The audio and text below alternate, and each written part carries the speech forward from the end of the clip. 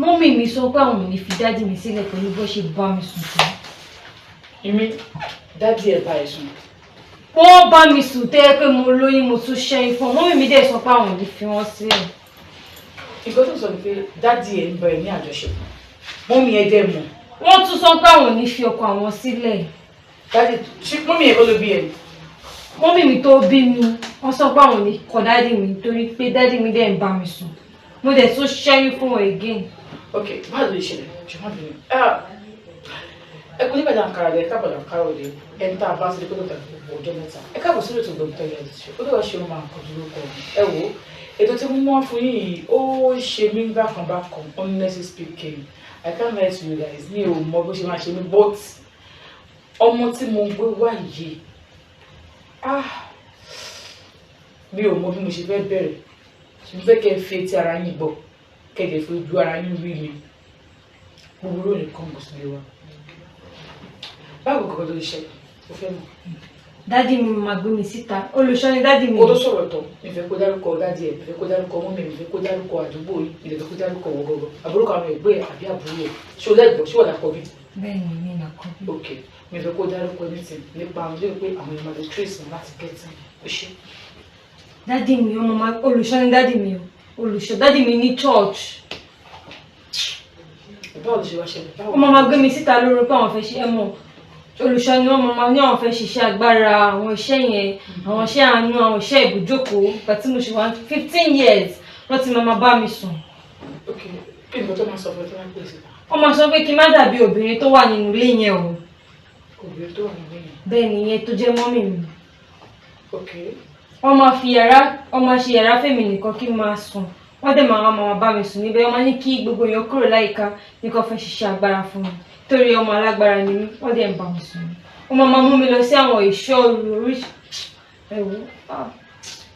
Má sunkún jù. Nǹkan tí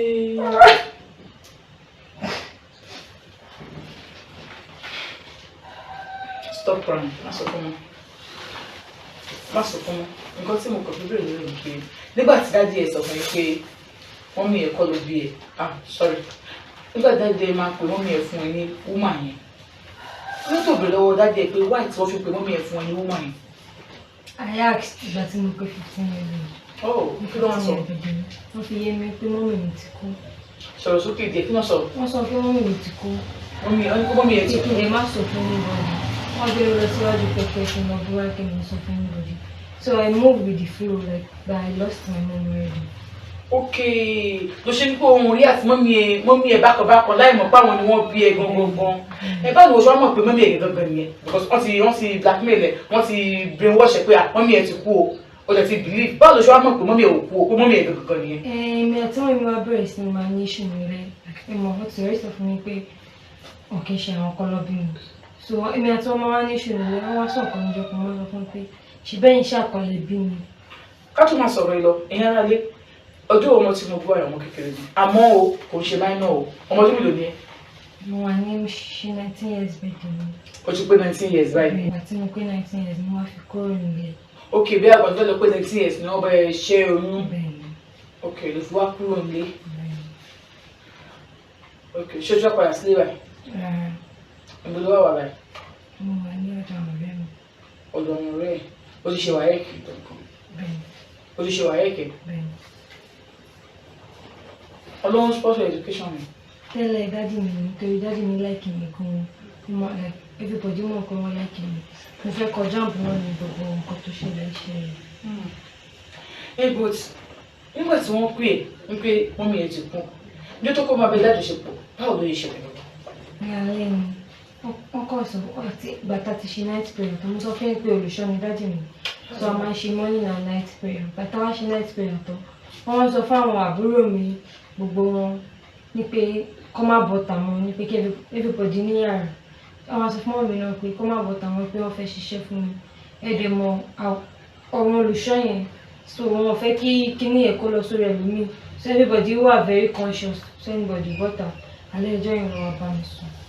Ṣé wo pariwo ni? Ṣé kò dùn ẹ́? Mo pariwo. Wọ́n tilẹ̀kùn wọ́n fi nǹkan dì mí lẹ́nu. Mo dẹ̀ sunkún wọ́n dẹ̀ sọ fún mi pé kí n má sọ fún anybody. Ní pé ìfihàn táwọn ìwé tọ́jú mi wọ́n máa fún mi ní owó. tó bá fáwọn àbúrò mi lówó nílé mo fẹ́ mi lówó.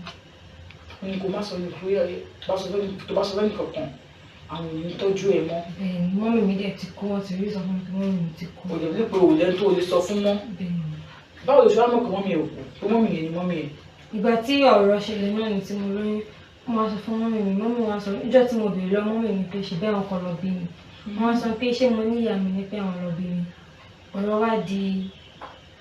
Wọ́n á wọ̀n pé báwo ló ṣe jẹ́. Bẹ́ẹ̀ni. So láti age 15 yẹn tó fi pé 19 ká sọ pé kó pé 18 for good 3 years of believe pé ẹ̀yìn kan ló bí ẹ̀. Bẹ́ẹ̀ni mo lè má bá wọn yọ tí wọ́n lè gbọ́n pa mi. Torí ayé mi máa fún mi lówó tó bá bá mi sọ wọn tẹ̀lé dáhùn náà. So lẹ́yìn ìgbà tí wọ́n bá yẹ tó ìgbà tí nǹkan rẹ̀ máa ṣe lè tọ̀ sí mọ́mí wa sọ fún mi pé báwo mọ́mí ṣe wá confuse ẹ̀ tó fi mọ̀ pé àwọn nìyẹn. Àwọn jẹ́ kí n mọ̀ pé àwọn lọ́bí mi pé dáàdì mi ò máa rí ẹni bòdì ní pé àwọn nìkan ní dáàdì mi fẹ́. Wọ́n dẹ̀ like she brought out proofs that she was not like a birth to me. So ìgbà tí mo dẹ̀ lóyún wọ́n dẹ̀ sọ pé àwọn lè kúrò nílé ọkọ àwọn. Wọ́n náà lè kúrò ní ọkọ àwọn. Ẹni pé mi fẹ́ da marriage àwọn olóyún. Olùṣọ́ ní dáàdì mi náà, dáàdì mi ní church. Wọ́n ní òwò fẹ́ da marriage àwọn òru ni. Bẹ́ẹ̀ni. Mọ́mí yẹn sọ bẹ́ẹ̀. Bẹ́ẹ̀ni. Torí ìgbéyàwó wọn. Bẹ́ẹ̀ni. Tọ́lọ́ ló ṣẹ́yìn fún ẹ. Tọ́lọ́ ṣẹ́yìn fún ẹ. Mọ́mì mi náà ni àwọn àti dáàdì mi náà pọ̀ ní. Tọ́ní èmi lóyún ẹ̀sìn wípé èmi ni màá ìyá mi máa nà kúrò ní marriage mi. Wípé mi làwọn máa kọ̀ mí lọ́mọ tí mi bá ti fi lè ṣe náà. Ẹni kì í panu dé. Wọ́n ní kó tó bá ṣẹ́yìn yẹn wọ́n máa kọ̀ ẹ́ lọ́mọ. Ṣé wò fẹ́ ṣe tẹ́tẹ́lẹ̀ mi? Ìgbà tí a máa gbogbo nǹkan tó máa ń kọ́ wa ní school fẹ́ níbọ̀ tó bá ṣe ní die. It can affect your womb then for future. But wàá rí pé tó bá kó fún oyún bẹ́ẹ̀ sílẹ̀ dájú ẹ̀ how do you feel? I'll feel bad because he's not a good father. He's not even supposed to be in society. Báyìí ṣé mọ́mí ẹ̀ ò pè ẹ́ wọ́n béèrè ẹ̀ wọ́n ṣe lọ́kàn pẹ̀lú? Láti ṣe àti kúrò lọ́sítítù tá ti ṣe everything. Wọn ò pè ní báyìí ní pé àbáwo ni báwo lára mi bú mi wá. She didn't call, even my dad didn't call and didn't check up on me. They left me all by myself. Ṣé o náà àbúrò obìnrin rí? Mo ní àbúrò obìnrin nìkan nítorí. Ó kàwé kú ọkùnrin ni wọ́n.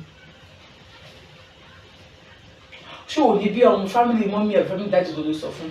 No, anybody, family, daddy mi ò kí n kó family mọ́ra, so mi wá mọ anybody. Ẹ mọ̀ pé church ni àwọn church member ni Amaria's family nítorí ọmọ wá sáì kan. Ṣé tẹ́lẹ̀ sí sọ̀rọ̀ yẹn tẹ́lẹ̀ máa ń lọ yẹn tó máa ń bẹ lájọṣepọ̀ ṣáwọn shepherd yòókù wọn kì í mọ̀ pé yẹn kan ṣe. No, ó ní ẹ̀mọ ilé wa bá church ni church ilé tó wà ilé wa. So daddy mi wá kọ́ another space ní pé àwọn fẹ́ ká move lọ síbi ní pé àwọn fẹ́ kí èmi move lọ síbi nítorí mi ẹ̀kọ́ lò mí ní pé kí ní privacy ti tèmi bẹ́ẹ̀ ní daddy mi ti máa wá mi sùn. Pé kò ní privacy ti ẹ. And it's for his own selfish reason. Interest. So kí wàá ní ìdí tó fi wá sọ fún mi? tó fi pé mi ló pè ó ní kó fẹ́ sọ fún mi. Torí mo máa wo ṣé òyìnbó dẹ̀ pé ẹ máa advice mi dẹ̀ máa help àwọn èèyàn. So mo fẹ́ pé bóyá tí bá lè sọ fún yín tẹ́ bá lè help me so that máa ní better future so máa padà lọ sí school. Kí ló wẹ̀ kó kí ló fẹ́ di lọ́jọ́ la kí ló wẹ̀ kó ṣe? Mo fẹ́ di doctor. Doctor. Department wo ló rà? Science student ni mí. Òṣìṣẹ́ wàá yẹ̀kẹ́. Mo ti ṣe wáyé jamb ni mo fẹ́ kọ́ tí gbogbo kìíní yẹn fi ṣe mi. So padà bá wọn ṣe jamb náà.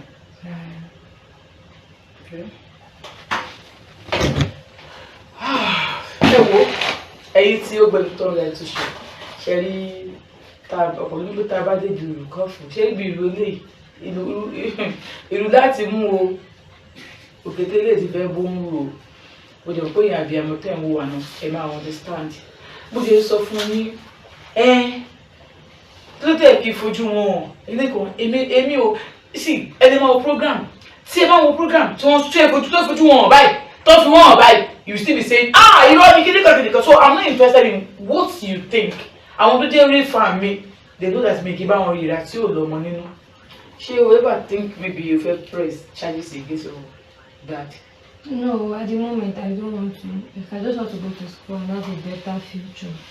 She wanted to buy a room buying. Can they get on arrest? Can they? Mo kàn fẹ́ lọ sí school so máa ní better future fúnra mi.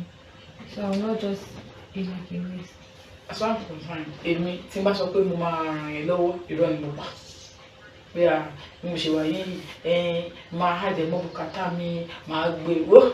I'm lying to you, but I believe wípé èèyàn kan tó ń wò wá tí Ọlọ́run máa fọwọ́ tó lọ́kàn tó máa support ẹ̀ ó máa wọ́n bẹ́ẹ̀ mo dẹ̀ promise ẹ̀ ẹkún èdè mi ò fẹ́ lágbára lọ́wọ́ náà a máa rí ẹ̀ tó máa support ẹ̀ tó máa ṣé táwọn ẹgbẹ́ wọn fẹ́ support ẹ̀ nísìn are you available? Yes. Do you want them to support you? Sọ̀rọ̀ sókè are you available? Yes.